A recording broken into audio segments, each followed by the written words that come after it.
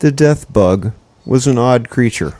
It spawned some curious social changes, like Rachel's FEMA camp.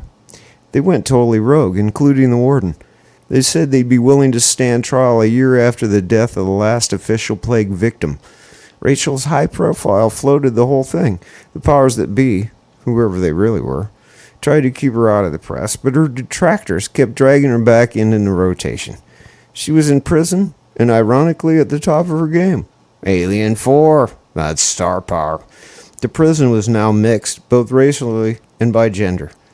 For every former guard, there was a prisoner of equal rank voted on by the inmates, and they traded partners in weekly rotation.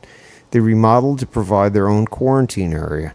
They limited the radius served and gave the new, quote, residents, unquote, introductory instructions before they were allowed into the general population. They were determined to avoid the bug. Press was allowed in if they were willing to go into quarantine, which was 10 days. One reporter from each major network pooled together to eliminate the need for guards, which made them nervous, during the quarantine period. So, what will happen when we need to send some violent criminals somewhere? I mean, essentially, there are no guards. Of course there are guards. They're just keeping people out instead of keeping people in.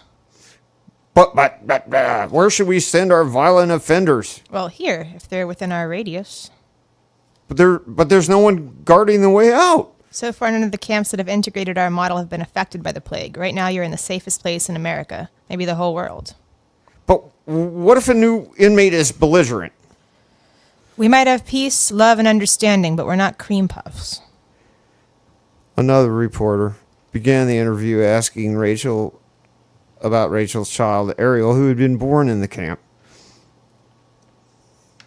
Don't you feel apprehensive about raising your child among criminals? Not particularly. Our nursery is run off the same model as the rest of the prison. I think she's lucky in a way. It's a well-known irony that some of our brightest minds are in prison. But what about child predators? It's fairly common knowledge that child molesters have a pretty hard time in prison. Once again, I think, especially given the circumstance, I'd be more concerned if she were on the outside.